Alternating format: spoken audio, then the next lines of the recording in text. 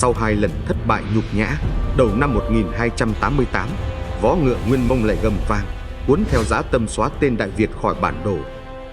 Trên biển Đông Bắc, hơn 600 chiến hạm, hàng chục vạn quân, cờ đen ngập trời, tiến vào dưới trướng Ô Mã Nhi và Trương Văn Hổ.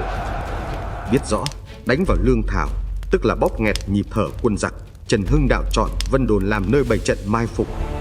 Những con thuyền nhỏ của quân Trần lặng lẽ nép mình vào vách đá, mai phục trong màn sương mặn gió biển. Mũi tên, vò dầu, mồi lửa, tất cả sẵn sàng, chỉ đợi một hiệu lệnh khai hỏa. Trong men say chiến thắng sớm, đoàn thuyền Nguyên ngạo mạn rẽ sóng, từng bước lọt trọn vào tử địa. Trên vách đá, hiệu lệnh âm thầm chuẩn bị, biển trời Vân Đồn như nén lại hơi thở. Khoảnh khắc chờ đợi đã kết thúc, ngọn lửa phục kích sắp bùng lên. Đừng bỏ lỡ phần 2, cao trào trận Vân Đồn.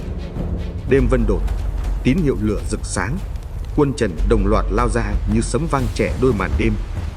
Những chiếc thuyền nan nhỏ bé lao vút, đâm thẳng vào đoàn chiến hạm Nguyên Kiêu Căng, phá vỡ thế trận. Tên lửa vun vút giáng xuống như mưa sao băng, biến Quang Lương thành biển cháy khủng khiếp. Bao tải lương thảo nổ tung, khói đen bốc cuồn cuộn, lửa đỏ liếm dọc thân thuyền. Trần Hưng Đạo hạ lệnh sắt thép đánh thẳng vào lương, chặt đứt mạch sống của giặc. Bất ngờ và kinh hoàng, quân Nguyên loạn hàng, chống trả vô vọng giữa biển lửa. Cả vịnh Vân Đồn hóa thành địa ngục đỏ rực, ngọn lửa quyết tử của Đại Việt nuốt chửng đoàn thuyền kẻ thù. Trong biển máu và khói lửa, thuyền Nguyên tan tác, đừng quên theo dõi phần 3, hủy diệt đoàn quân xâm lược.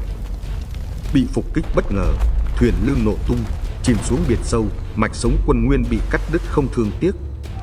Không còn lương ăn, không còn đội hình, lính Nguyên kinh hãi nhảy xuống biển, bỏ mạng giữa sóng dữ.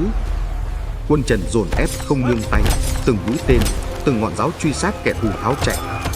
Trên soái thuyền, Trương Văn Hổ tuyệt vọng, lệnh rút lui trong hỗn loạn, mặc cho đoàn quân tan vỡ như bèo trôi.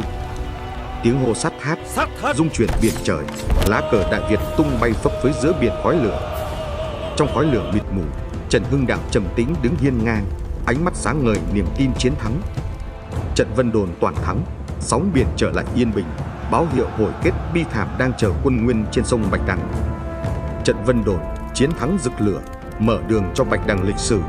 Hãy cùng khám phá những trang sử hào hùng trong series huyền sử Việt Nam.